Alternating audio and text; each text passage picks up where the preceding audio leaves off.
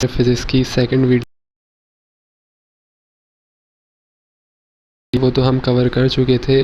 उसमें शायद एक पॉइंट रह गया था जो था थर्मल इक्विलिब्रियम।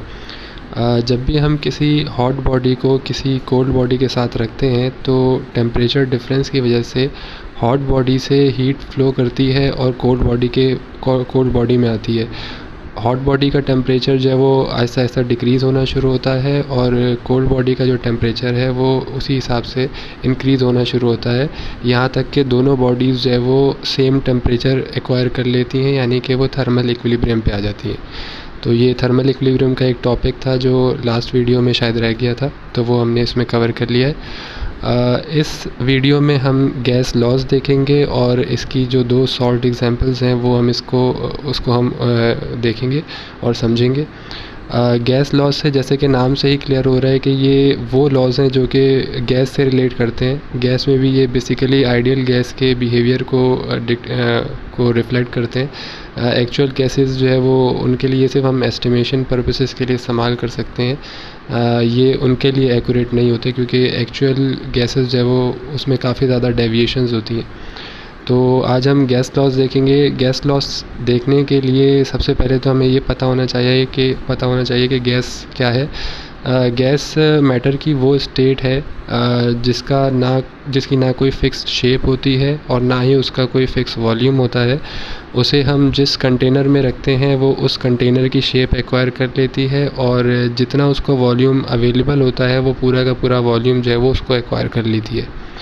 गैस के जो मॉलिक्यूल्स होते हैं वो बहुत ज़्यादा एक दूसरे से बहुत ज़्यादा फासले पे होते हैं। यही वजह है कि वो इजीली मूव कर सकते हैं और बहुत तेज़ी के साथ मूव कर रहे होते हैं। उनकी काइनेटिक एनर्जी ज़्यादा होती है दूसरी स्टेट्स ऑफ मैटर के कंपैरिजन में, और उनके इंटरमॉलिक्यूलर डिस्टेंसेस भी जो है वो बहुत ज़्यादा होते हैं, जिसकी वजह से इंटरमॉलिक्यूलर फोर्सेस ऑफ अट्रैक्शन जो है वो बहुत ज़्यादा वीक होती हैं। और यही इसके जो है वो शेप और वॉल्यूम वाले बिहेवियर को डिक्टेट कर रहा होता है।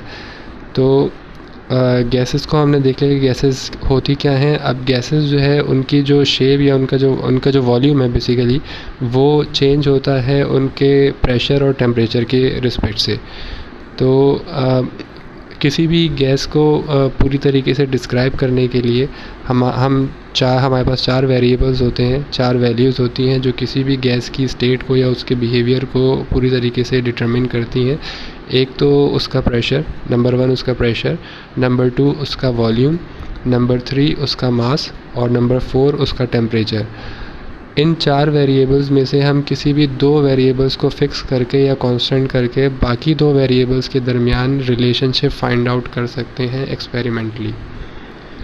ठीक है, एक्सपेरिमेंट्स के थ्रू हम जो है वो इन 4 में से किसी 2 वेरिएबल्स को कांस्टेंट रख के जो बाकी 2 वेरिएबल्स हैं उनके दरमियान हम रिलेशनशिप फाइंड आउट कर सकते हैं गैसेस के लिए। और यही चीज़ जो है वो हम आगे जो 2 लॉज हैं इस बुक में जो दिए हुए हैं हम उसमें यही चीज़ देख रहे होंगे। बॉयज़ लॉ, रॉबर्ट बॉयल नामी एक साइंटिस्ट ने 1660 में ये जो है वो पोस्टुलेट किया था, ये लॉ पेश किया था।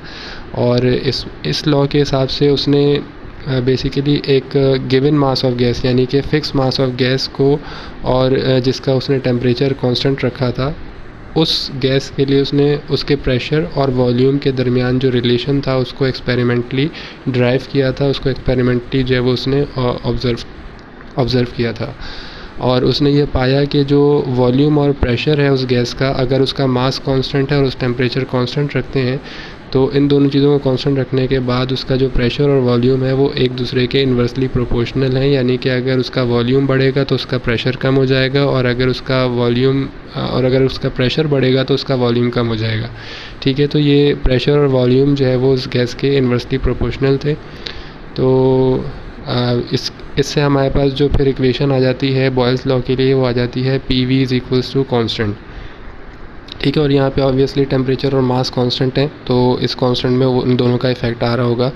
अब ये हमारे पास अगर हमारे पास कोई 2 स्टेट्स हैं एक्सपेरिमेंट के दौरान, कोई 2 पॉइंट्स है, कोई 2 स्टेट्स हैं, तो हम उनको इस तरह से रिलेट कर सकते हैं P1 V1 = P2 V2।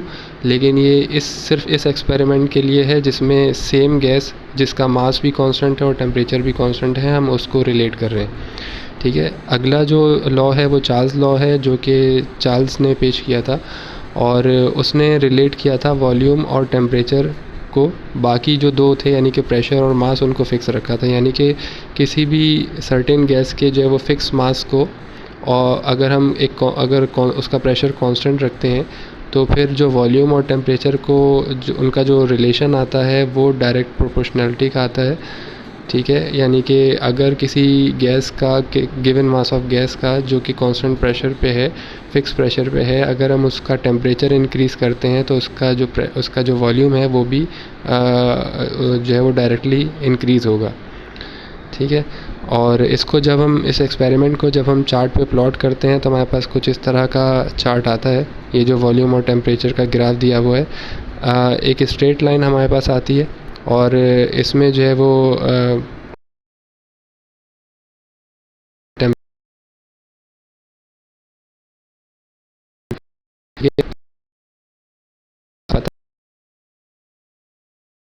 Gas का जो है वो कुछ ना कुछ ग्राफ को हम पीछे की तरफ जो है वो एक्स्ट्रापोलेट इसको कर दें, इस लाइन को हम जो है वो पीछे की तरफ भी ड्रॉ कर दें, बढ़ा दें, तो ये जो लाइन है वो टेम्परेचर के एक्सेस पे जिस पॉइंट पे जाके इंटरसेक्ट करती है, स्ट्राइक करती है, वो -273 डिग्री सेंटीग्रेड का टेम्परेचर है, जिसको एब्सोल्यूट ज़ीरो या ज़ीरो केल्विन भी बोलते हैं। ठीक है, थ्योरेटिकली ये ग्राफ ये इंडिकेट करता है कि ये वो टेम्परेचर है जहाँ पे गैस का वॉल्यूम जो है वो ज़ीरो हो जाएगा। वॉल्यूम ज़ीरो होने का मतलब ये है कि गैस गायब हो जाएगी, गैस वैनिश हो जाएगी। वॉल्यूम ज़ीरो मतलब कि वो बिल्कुल यानी कि ख़त्म। ठीक है, लेकिन वही चीज़ कि ये थ्योरेटिकल है। और दूसरा ये है कि जब हम किसी भी गैस का टेम्परेचर इतनी हद तक ड्रॉप करते हैं तो वो लिक्विफाई हो जाती है, तो वो गैस रहती ही नहीं है, तो वो इस बिहेवियर को फॉलो नहीं करती। ठीक है, वो लिक्विड में कन्वर्ट हो जाती है तो उसका बिहेवियर फिर डिफरेंट हो जाता है, वो क्योंकि गैस नहीं है तो वो इस बिहेवियर को फॉलो नहीं करती। और फिर दूसरा ये आइडियल गैसेस के लिए आइडियल गैसेस जो है वो एग्जिस्ट नहीं करती, एक्चुअल गैसेस जो है वो उनके बिहेवियर में डेविएशन होती है। ठीक है, तो अब उसके बाद हमारे पास यहाँ पे जनरल गैस लॉ आया हुआ है। जनरल गैस लॉ में हम बेसिकली इन्हीं दोनों लॉज को जो है वो इन्हीं दोनों बिहेवियर्स को कंबाइन करके हमारे पास एक जनरल इक्वेशन आ जाती है, और वो है जो यहाँ पे इक्वेशन 11.14 दी हुई है, P V upon T is equals to a constant. इसकी फिर फर्दर अभी डेरिवेशन हम उसको भी देखेंगे। अच्छा, इसमें जो है वो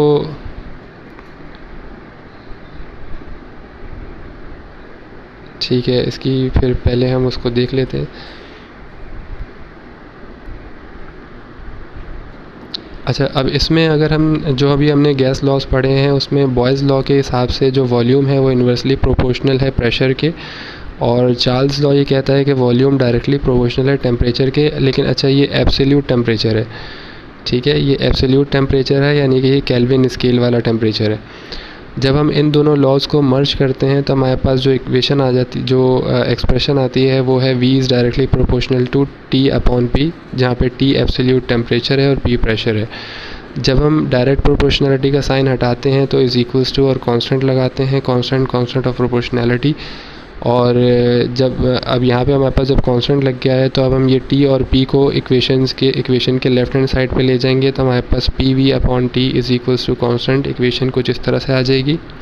अब अगर हम इसी कंडीशन को रखते हुए, यानी कि ये गिवन मास ऑफ गैस है, सेम गैस, उसका फिक्स मास है, और हम उसको ट्रीट कर रहे हैं अगर, तो उसमें कोई भी दो स्टेट्स को हम जो है वो कंपेयर कर सकते हैं। अगर उसकी स्टेट 1 पे प्रेशर जो है वो P1, volume V1, temperature T1 था, और स्टेट 2 पे प्रेशर P2, वॉल्यूम V2 और टेम्परेचर T2 था, तो उन दो स्टेट्स को हम इस तरह से रिलेट कर सकते हैं जो इक्वेशन यहाँ पे दी हुई है, P1 V1 upon T1 is equals to P2 V2 upon T2। लेकिन इसमें गैस सेम है और उसका मास भी सेम है। ठीक है, अच्छा, अब ये जो P भी है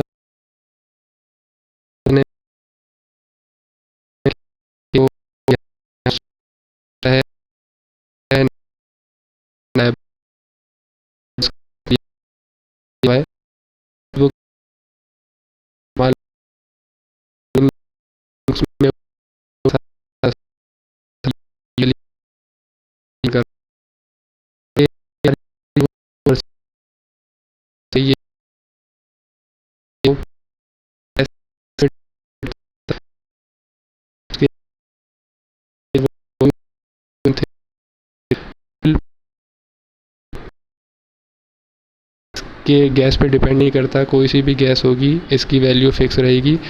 आगे जो है वो उसके साथ नंबर ऑफ़ मोल्स लिखे हुए हैं। नंबर ऑफ़ मोल्स जो है वो किस तरह से निकालते हैं, कोई भी जो गैस है उसका जो मास है वो ग्राम्स में जब हम लिखते हैं और उसको डिवाइड कर दें अगर हम उसके मॉलिक्यूलर मास से, तो उसके नंबर ऑफ़ मोल्स हमारे पास आ जाते हैं। ठीक है, तो अगर मैं n की जगह पे इसका ये फार्मूला रख दूँ, given mass divide by molecular mass of gas, और फिर ये जो मॉलिक्यूलर मास है इसको अगर मैं RU यानी कि यूनिवर्सल गैस कांस्टेंट के साथ इसको नीचे इसको मर्ज करके ये जो हमारे पास यूनिट आता है, ये जो हमारे पास कांस्टेंट आता है, ये गैस कांस्टेंट कहलाता है। अब क्योंकि इसमें गैस का मॉलिक्यूलर मास इन्वॉल्व हो गया है तो अब ये गैस डिपेंडेंट कांस्टेंट है, ये हर गैस के लिए डिफरेंट होगा। ठीक है, तो हम एक और इक्वेशन जो आमतौर पर यूज़ हो रही होती है वो PV = mRT है, लेकिन ये जो है वो गैस की नेचर पर डिपेंड करती है, यानी कि गैस चेंज होगी तो फिर इसमें जो R की वैल्यू है वो चेंज हो जाएगी, क्योंकि ये R जो है वो गैस पे डिपेंड कर रहा होता है। RU यूनिवर्सल गैस कांस्टेंट है, वो हर गैस के लिए सेम रहेगा, लेकिन जो R है वो गैस पे डिपेंड कर रहा होगा। अगर गैस चेंज होगी तो इसकी वैल्यू हर डिफरेंट गैसेस के लिए डिफरेंट होगी। अच्छा, इसमें जो है वो एक और लॉ भी वैसे मर्ज हुआ हुआ है जो इस बुक में वैसे लिखा हुआ नहीं है, लेकिन वो भी इसमें जब हम जनरल गैस इक्वेशन की तरफ जा रहे होते हैं, जो कि ये हमने यहाँ पे बताई हुई भी है, PV = nRT, ठीक है, nRUT, ठीक है, यानी कि universal gas constant number of moles और temperature is equals to pressure volume का प्रोडक्ट, या जिसको हम सेकंड उसमें अगर कोई स्पेसिफिक गैस की बात करते हैं तो PV = mRT। तो ये जो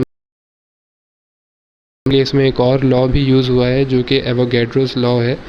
एवोगैड्रो ने जो है वो ये लॉ पॉस्टुलेट किया था कि सेम कंडीशंस पे प्रेशर और टेम्परेचर की सेम कंडीशंस पे, अब उसने क्या किया है कि 4 वेरिएबल्स में से 2 वेरिएबल्स जिनको लॉक किया है वो प्रेशर और टेम्परेचर हैं, और फिर उसने मास और वॉल्यूम का जो रिलेशन है वो निकाला है। तो एवोगैड्रो ने एक्सपेरिमेंटली ये ऑब्ज़र्व किया कि किसी भी गैस का जो वॉल्यूम है अगर उसमें सिमिलर कंडीशंस प्रेशर और टेम्परेचर की कंडीशंस को सिमिलर रखा जाए तो जो गैसेस के सेम वॉल्यूम्स हैं वो उसके सेम नंबर ऑफ़ मोल्स को जो है वो कवर करेंगे। यानी कि गैस चाहे कोई सी भी हो, 2 डिफरेंट गैसेस अगर हमारे पास हैं और उनका वॉल्यूम सेम है तो दोनों के जो नंबर ऑफ़ मोल्स हैं वो भी सेम होंगे। ठीक है, और एवोगैड्रो की इसी में और पास आते हैं वो एक इसका पोस्टुलेट ये है कि इसी से हमारे पास ये चीज़ ड्राइव होती है कि सिमिलर कंडीशन पे जो है वो मतलब कोई भी एक गैस है तो उसका जो 1 मोल है उसमें उसके 6.023 10⁻23 मॉलिक्यूल्स उसके मौजूद होंगे। इसमें जो जब हम एलिमेंट की बात करते हैं तो फिर यहाँ पे ये एटम्स आ जाता है, और जब किसी आयनिक मटेरियल की बात करते हैं तो फिर ये आयन्स आ जाते हैं। तो ये जो 6.023 10⁻23 ये एवोगैड्रोस नंबर कहलाता है, और ये फ़िक्स होता है गैस चाहे कोई सी भी हो, अगर उसका 1 मोल है तो उसमें इतने ही पार्टिकल्स मौजूद होंगे, फिर चाहे वो मॉलिक्यूल्स हो, एटम हो या आयन्स हो। ठीक है, और अगर कोई भी गैस है तो उसको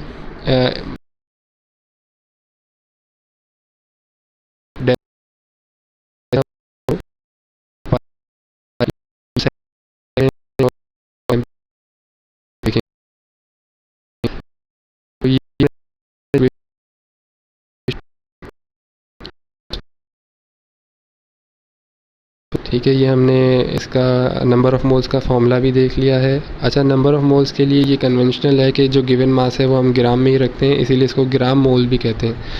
ठीक है, और R की वैल्यू भी इन्होंने यहाँ पे दी हुई है। R की वैल्यू 8.314 जूल पर मोल पर केल्विन। ये यूनिवर्सल गैस कांस्टेंट है, इसकी वैल्यू सेम रहती है, गैस पर डिपेंड नहीं करेगी। एवोगैड्रोस नंबर भी इन्होंने जो है वो यहाँ पे दिया हुआ है 6.022 10⁻23 मॉलिक्यूल्स पर मोल। ठीक है, और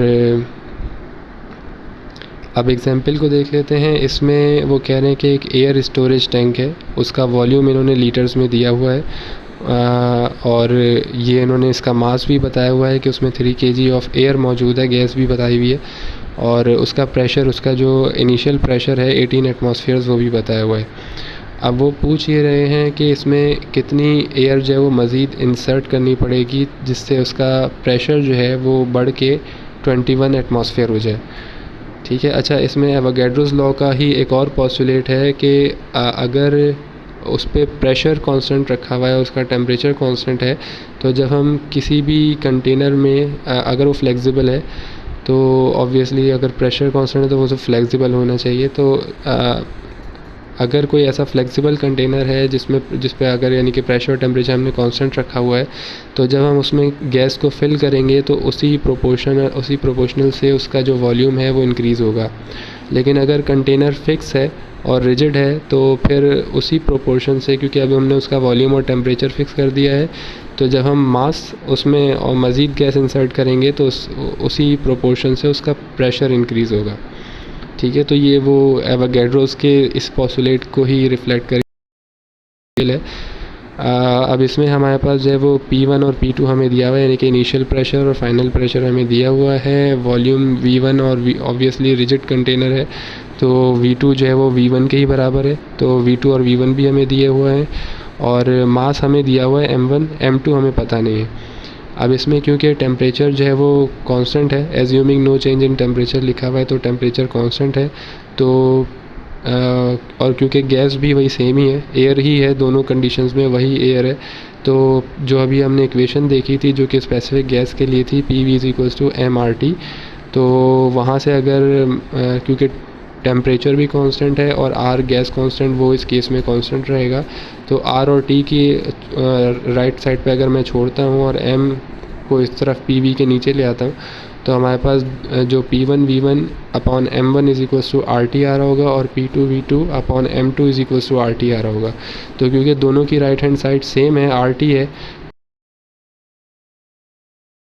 1 P2 इन दो स्टेट्स को रिलेट करने के लिए। ठीक है। अब इसमें सिंपल हमारे पास जो है वो सारी वैल्यूज़ हैं, हमें M2 निकालना है, तो M2 हमारे पास वैल्यूज़ पुट करने के बाद आ जाता है 3.5 kg। 3.5 kg यानी कि इनिशियल उसका मास 3 kg था और सेकंड स्टेट पे उसका मास आया 3.5 kg। तो जो एडिशन हुआ है मास का वो डिफरेंस से आ जाएगा, यानी कि 0.5 kg ऑफ एयर जो है वो हमने इसमें मज़ीद इंसर्ट किया है इसका प्रेशर 18 एटमॉस्फेयर से 21 एटमॉस्फेयर बढ़ाने के लिए। ठीक है। अब इसमें क्योंकि ये दोनों तरफ जो है वो हमारे पास प्रेशर और वॉल्यूम से, तो अगर हमने यूनिट्स बस ये कि दोनों तरफ यूनिट सेम रखे हैं तो हमें कन्वर्ट करने की ज़रूरत नहीं है।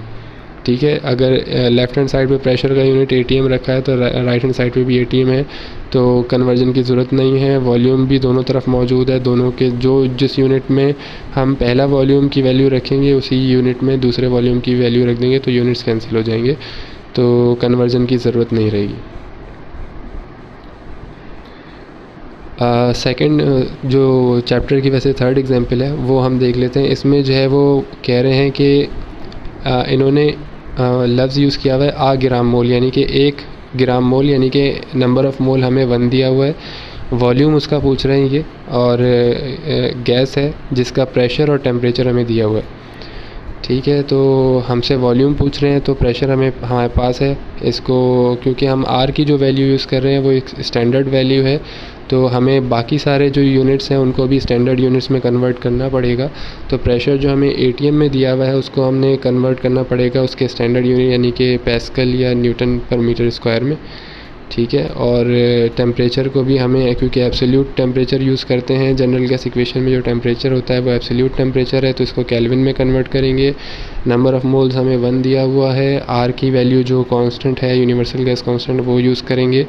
सारी वैल्यूज़ पुट करने के बाद हमारे पास जो वॉल्यूम आ जाएगा वो आ जाएगा 22.4 लीटर्स पर मोल। ठीक है। ये लीटर्स या इसको हम डेसीमीटर क्यूब भी कहते हैं। 1 मीटर क्यूब में 1000 लीटर्स या 1000 डेसीमीटर क्यूब्स होते हैं। तो इस एग्जांपल से ये चीज़ क्लियर होती है कि at standard temperature and pressure, या स्टैंडर्ड टेम्परेचर जो है वो 0 डिग्री सेंटीग्रेड होता है और स्टैंडर्ड प्रेशर जो है वो 1 एटमॉस्फेयर होता है, 1 ATM। तो स्टैंडर्ड टेम्परेचर और प्रेशर पे गैस चाहे कोई सी भी हो, उसका जो 1 मोल है वो 0.0224 क्यूबिक मीटर या 22.4 लीटर्स या 22.4 डेसीमीटर क्यूब का वॉल्यूम जो है वो कवर करेगा, फिर चाहे वो गैस कोई सी भी हो। ठीक है, यही एवोगैड्रोस ने भी बताया था। ठीक है, तो अभी फ़िलहाल ये यहीं तक रखते हैं। इस वीडियो में हमने गैस लॉस को कवर किया और उसकी एग्जांपल्स देखी हैं। अगली वीडियो में हम काइनेटिक थ्योरी ऑफ गैसेस को देखेंगे। अल्लाह हाफ़िज़।